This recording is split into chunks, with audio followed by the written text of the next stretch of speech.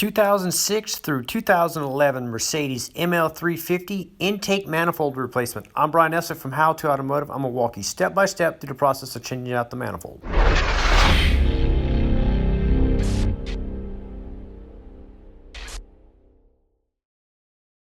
So I wanted to share with you the part numbers for the factory replacement Pureberg manifold and also the gaskets that we're going to need to repair this. These will be linked up in the description of the video.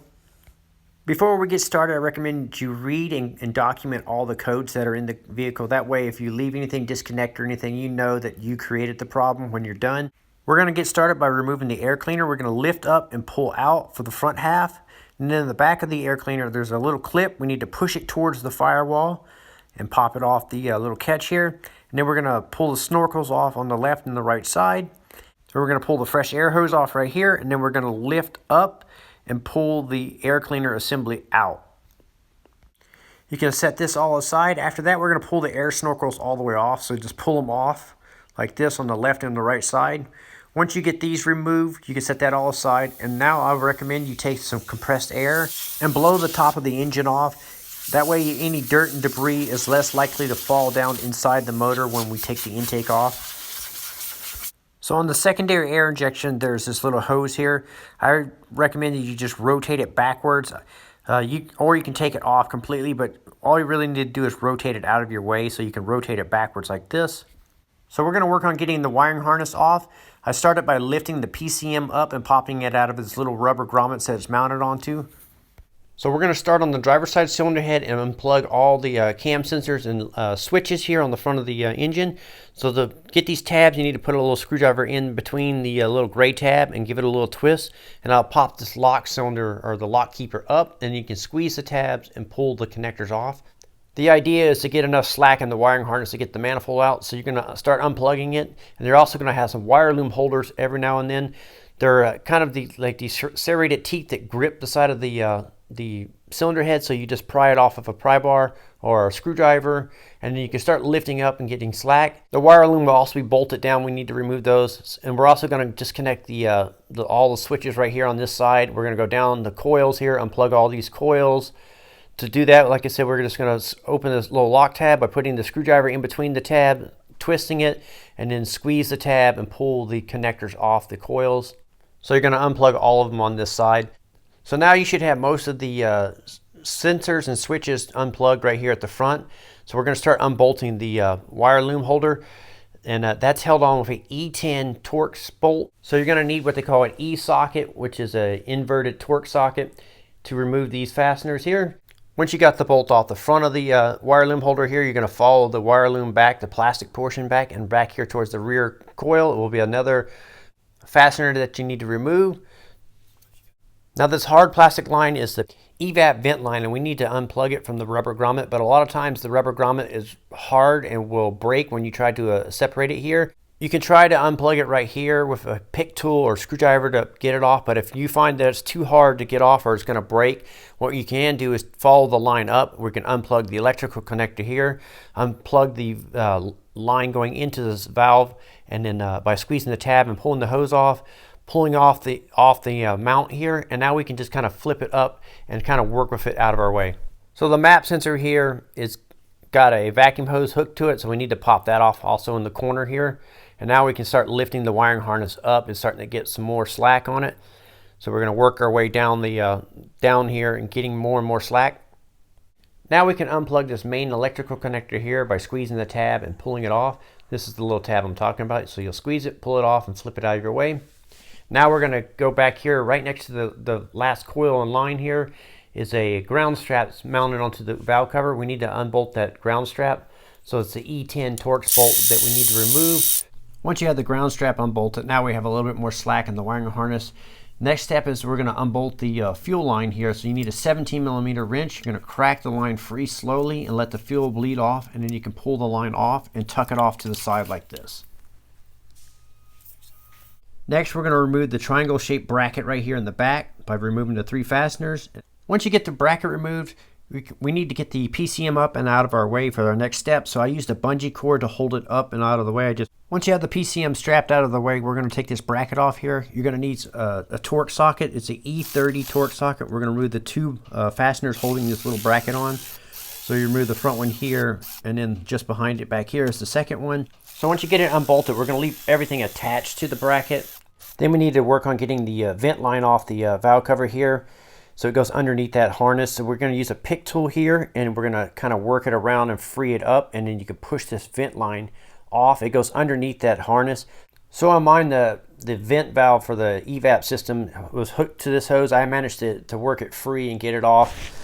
If you can leave it on or you can take it off. The next step we're going to do is unplug the injectors. So we're going to reach down here, pull the little lock tabs back, and now squeeze the tabs and pull the connectors for the injectors off. Now on the fuel rail, we're going to take the two bolts here off that hold the fuel rail down. They're E10 Torx bolts. So once you got the two bolts on the fuel rail removed, now we're going to go on the back of the wiring harness that's held on right here with two T30 Torx bolts here. So you're going to go ahead and remove these two bolts here. Once you get these two fasteners removed, we're going to have a lot more slack in the wiring harness. So now you can go ahead and unplug the mass airflow sensor here. And underneath that fuel rail is another electrical connector, but we'll get to that momentarily. So for now, just squeeze the tab, unplug the mass airflow sensor. So now we're going to move over to the opposite side of the engine. Now that we got all this on this side unplugged, we're going to come back on the back here, and we're going to work our way back. We're going to unplug all the electrical connectors here, take off the bracket here. So unplug all the electrical connectors in this corner right here, and then we can start lifting these wiring harnesses up and kind of holding them out of our way as we work our way. So we're going to unplug all the coils, take off the ground straps, unbolt the wire loom holders here in the front and in the back. When you go to unbolt the wire loom, there's the main bolts here in the back and in the front, but there's also going to be a third one that's underneath this bracket. So we need to take this bracket off. So it's the T30 Torx, and then there's going to be a T30 torque bolt right here holding the wire loom to the top of the manifold. So now once you get that bolt unbolted and then unplug all your injectors and coils and the ground strap, now you're going to start getting a lot more slack in this harness, and you're just going to keep working your way forward. To get to the injectors, you'll have to lift the wiring harness up to get your fingers back there to unplug it. And also in the very back in the corner here, there's an intake runner sensor that's underneath the plastic harness here. You have to kind of lift it up a little bit to see it, and stick your fingers back here, and you can unplug the connector right there.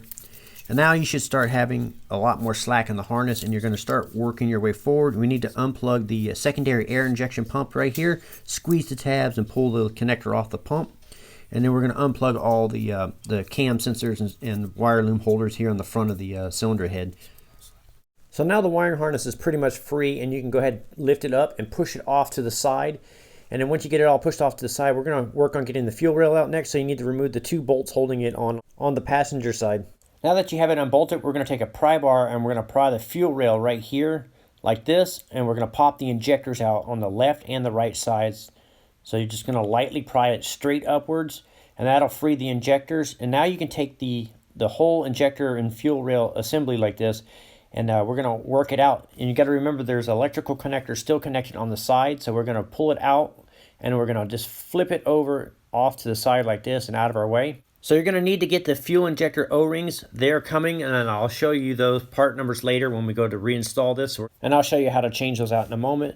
So now there's one more electrical connector we need to get to, so we need to lift the wiring harness up, and back here is the intake runner sensor that's underneath there. The fuel rail is blocking it, so now you can unplug that. After that, we can get the mass airflow sensor out by lightly flaring these little plastic tabs on the side of the mass airflow sensor here. So if you put your thumb right here or a little screwdriver and give it a light little pry to the side, these little tabs will unhook. Then you can twist it towards the firewall and up, and it'll come off. Then we're going to take the brake booster here off the throttle body or off the intake here by squeezing the little tabs on the side.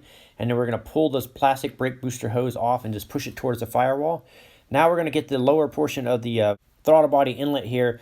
First thing we need to do is pop off this vent hose that was attached to the throttle body. So you're going to grab this little hose and pull up and pull it out. And now you can tuck it off to the side. And now we're going to reach down here and flare these plastic little tabs right here on the top. So you can use your thumb and you can pry upwards on it and then push the air snorkel towards the firewall the same way we took the mass airflow sensor off, and it'll unhook from the back and it'll come out. So you'll reach down there, unhook it right here, so you'll flare it up and you'll push it towards the firewall and then lift up. Now there's going to be a hose attached to the PCV.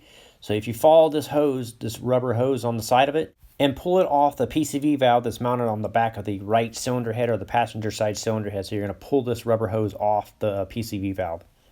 Now with the air snorkel off, the next step is to tie up your wiring harness. So I used a bunch of bungee cords to hold the wiring harness out of your way. Since I'm working alone, if you have a partner, you can have them lift the wiring harness and hold it out of your way. But I like to use bungee cords and lift it out as far as I can. Now I'm going to remove all the fasteners starting in the back and working my way forward.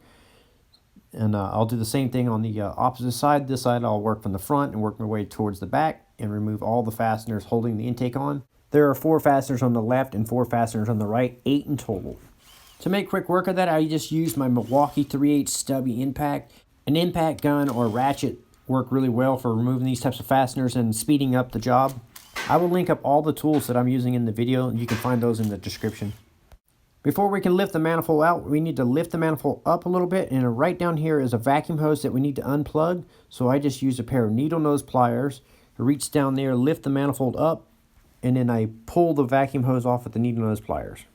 So now we're going to lift the manifold about halfway out. So we're going to lift the nose of it up and pull it forward, and then we're going to reach around back and unplug the throttle body. So you lift the manifold off to the side like this, and you can reach around back and unplug the throttle body by squeezing the tabs on the side of it and pulling the connector off. Now the manifold is free to remove all the way. So I wanted to share with you how I keep the bolts organized. So on my tray here, I have all the bolts laid out kind of how I took them out. So all the bolts on the right side here are for the right side of the manifold. All the bolts for the left side are for the bolts, and then the bolts in the back are kind of arranged in the way I took them out on my little table here. Now that you got that off, I recommend you take a good look down the intake ports and make sure that no debris or dirt has fallen in, and if it has, try to clean that out or retrieve that before you do. Then we're going to clean all the ports off of a rag. You want to be careful not to knock the dirt and debris into the intake or into the engine, so we're going to remove all this dirt and debris. So on this manifold, this lever has popped off. Most of the time I see them break off. So one of my tumble flaps internally has frozen and it won't allow it to operate and move, and that's the reason why it popped the rod off. So the internal failure is what caused it. So we're going to replace this whole manifold. So now we need to transfer our throttle body over to our new intake manifold. It comes with the gasket already. So we're going to transfer this over. If your throttle body is dirty, I recommend you clean it while you have it off. So the bolts from the throttle body are self-tapping, and the new intake manifold does not have threads in it. So you just run the bolt in and it self-taps until it's snug. So this manifold is made out of very soft aluminum, so when you go to tap these in or run them in, they run in very easily. I just use my little impact gun until they run in until they're basically snug, and then I went over it with a ratchet and tightened them up by hand. So I just ran them in with my impact gun here until they were snug.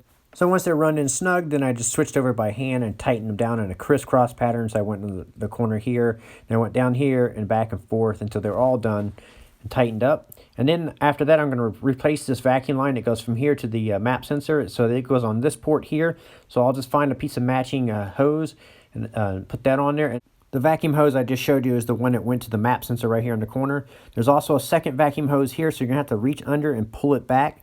This is the one we popped off with the needle nose pliers. That's just before we took the manifold out. So I recommend you cut that off and replace it with a new piece. And so we're just going to pull the vacuum line out, put a new piece on it. Now we're ready to install our gaskets onto the manifold. So we'll get them unpackaged. So on the gaskets, they have these little serrated little teeth on the gasket here. They mount onto these little ports here. So what we're going to do is we're going to line them up with the little nipples facing downwards. So you'll line them up, and then you'll press them onto those little ports, and they'll grip onto the ports with the little serrated teeth on the gasket. So you'll line them up and press them on until they're fully seated on each one of the ports, and they'll stay on there, and you'll do that for both of them. So now we're going to lower the manifold down into the engine bay here, and the first thing we're going to do is plug in the throttle body here. So we'll just put the nose in first, and then we'll plug the throttle body in. So you reach it, nose it in, plug the throttle body in. So now I'm going to hold the manifold on the left and the right side, holding the gaskets onto the bottom of the manifold, and then I'm going to lift the manifold upwards, pushing it in towards the firewall, and then I'm going to lower the nose down, And then once it's centered over it, then I let them go and let it drop down onto the ports. Before we bolt it all back up, I like to lift the manifold up just in the front a little bit and go ahead and plug that vacuum line back in right here in the front. So we'll plug that back in. To plug that vacuum line back in, I actually had to use my needle nose pliers to get it to go on there. So I just used the needle nose pliers to push it onto the port. Now the manifold is in there. We need to put the bolts in. We're going to make sure that the gasket did not fall off when we did this. If you did, you can usually see it when you're looking down there. And you can use a screwdriver and push the gasket and to line up the gasket with the holes on the ports here. So you can lift the manifold up slightly, and then if you have to, you can reach down there with a pick tool or screwdriver and kind of push the gasket into place and line it up. So once you got all the gaskets lined up in position, I recommend that you take the bolts and start all the bolts by hand. Don't tighten any of them down, just start them by a couple threads. Once you know that you got them all started, then you can start in the middle and do a crisscross pattern, running them down until they're snug. And once they're run down until they're snug, then we'll go back over and torque it down. To speed the process up, I use my Milwaukee M12 cordless ratchet to run the fasteners down. I use the variable trigger to give me control to run the fasteners down and just until they're snug, and I'm not tightening them down with this. I just run them down until they're snug. I'm also doing this in a crisscross pattern so that way the manifold seats nice and flush. So now I'm going to torque these down with a torque wrench in a crisscross pattern at 9 foot-pounds or 12 Newton meters. So I'll start one side and then I'll go back and forth until all 8 of the fasteners are torqued down to 9 foot-pounds. I know that sounds a little low, but that's all it's required to seal it up. So our next step is going to be to put the fuel injectors back in and the fuel rail back in, but we're going to change out the O-rings here. So we're going to pick off all the O-rings, and also before we do that, I want you to plug in the sensor here in the back corner here. So the intake runner sensor, you need to lift the harness up and plug that in because the fuel rail sits on top of it. So we need to pick off the old O-rings here, just the bottom, the O-rings are green color, and then we're going to reinstall new ones. I will put a link for the injector O-rings in the description of the video also. So we're going to pick those off. And then we're going to lubricate those with some silicone-based lubricant. If you use a petroleum-based lubricant such as motor oil or something, it can cause these seals to swell and leak. Liquid dish soap is another good lubricant for lubing the seals up. So once you got the seals installed and lubricated, now we're going to flip it back into position and line it up with the ports. And then you're just going to press it down until it's fully seated. So you'll line all the injectors up and then press it down until it's fully seated. And then we're going to start the fasteners. Now these are self-tapping bolts here, so there's no threads in the manifold. So you're just going to run them in until they're snug. So you're going to do that for all 4 of the fasteners. So once you get all the fasteners bolted up and all the injectors are installed, then we're going to install the vacuum line for the map sensor here that plugged in. There's the longer vacuum line that we changed with the new one. So we're going to plug that in. So now we can take our bungee cords down and lay the wiring harness back down. And we're going to start on the passenger side and work our way back around to the driver's side here, plugging everything back in. So we're going to start at the very front, and we're going to plug in all the cam sensors and the switches here and the secondary air injection pump, and make sure all this is plugged back in. Everything we unplugged here, the wire loom holder, everything is resecured. And once we get all that resecured, then we're going to plug in the injectors, the coils, make sure all those are plugged in. Before you bolt down the wire loom, you want to make sure that you got the injectors plugged in because it's easier to lift it up to install the injectors. And then the intake runner sensor here in the back. And then once you got all that plugged in back here, then you can go ahead and put the wire loom into position and bolt it down. Start the ground straps and make sure those are all bolted up. Also, when you push the electrical connectors on, you want to make sure you push the lock tabs if they have them back on, the little gray tabs, make sure they're pushed inwards. So the bolts here on the top of the manifold are self-tapping bolts also, so they do not have threads in the manifold. So you just start the bolts and you're going to run them in until they're snug. So the 3 bolts that hold the wire loom down and the ground strap are different lengths. The longer ones hold the wire loom, the shorter one held the ground strap. So you can install those, and also the little bracket on the left side. You can also install the bracket for the on the driver's side for the PCM here too. So you're just going to lay it all out, make sure it's routed, everything's routed before you bolt it down. You can also plug in all the injectors and stuff before you bolt the little bracket down. Also, the little rubber hose here, it went underneath this wire loom and plugged onto the air box right here. So you got to route it underneath and plug it in. So once you get it all routed right, the injectors all plugged back in, then you can bolt it down. Just take your time making sure all the vacuum switches and everything is plugged in, and the intake runner, all that stuff is all plugged back in the front and also in the very back. So you want to work your way down until everything is plugged in. Map sensor, everything. Now that you have the bracket bolted down and everything plugged up top, plugged in, you can go ahead and plug the coils in and also restart the ground strap and bolt that up in the wire loom holder. So you can run all these fasteners in until they're snug. The main wiring harness on the side of the fuel rail needs to be plugged in also. Once you got that all plugged in, then we need to bolt up the little triangle bracket right here. If you try to put the fuel line on first and then try to put the bracket on, you won't be able to get it on. So you need to put the bracket on first and bolt it up with the 3 bolts. So you put it back here in the back corner, start that, bolt that up, and then once you got that all bolted up, then you can put the fuel line on, spin it on until it's snug, and then use a 17mm wrench and tighten it up. You don't need to put a lot of pressure on it, just make sure it's good and snug. Now you can take the PCM and put it into position and press it down into its little rubber grommets. And then there's a little rubber vent line that goes along here that we need to plug into the throttle body in the back here. So you'll route it through and then plug it into the top of the throttle body right here. After that, we can take the wire loom here. There's 2 screws that held the wire loom in. We can run those in. Those are self-tapping screws also, so run those in and tighten it up. So on this vehicle, when I went to take the air snorkel off the back of the throttle body, I noticed it was full of oil. And the reason why is the PCV valve back here on the back of the cylinder head has gone bad and is allowing the oil to go past the valve and into the intake manifold. So I recommend you change it if you find a bunch of oil inside yours. And this is the part number here. So it's pretty simple. We're just going to unbolt this with 4 bolts here on the back of the cylinder head, and we're going to clean it up and we're going to change it out. So there's the E10 torque bolts here. We're going to remove the 4 bolts. Once you get the 4 bolts, you can just pull the PCV valve off. I just used a flex head with a little ratchet just like this to remove the 4 fasteners. This is a common oil leak spot for these vehicles, and also it can be an internal vacuum leak causing drivability issues. So as you can see here, this one was pretty well worn out. So now, before we put it back on, you want to wipe down the surface here. Also, when you take this off, a lot of oil may run down and drip onto the exhaust. So after you're done, you may have to spray that off, or else it'll smoke pretty bad. Once you get it cleaned off, you can go ahead and press on the new one and put the 4 bolts in. Run them in until they're snug, and then about a quarter turn more is all you need. Then we can take this air snorkel here and reinstall it. I recommend you clean it off too if it had any oil in there, so go ahead and wipe it down. So you're going to hook the bottom hook onto the bottom of the manifold, so you're going to, or the throttle body, so you're going to put it in at an angle like this and then rotate it inwards until the top hook hooks onto the throttle body. There's a little spot where it hooks onto. So you'll put it in on the bottom first and then rotate it in and then press it in until you'll hear it click or feel it click. You'll know it's all squared up, and you give it a little tug and make sure it doesn't want to pop back off. Then you can take the hose here and go ahead and reinstall it back onto the PCV valve.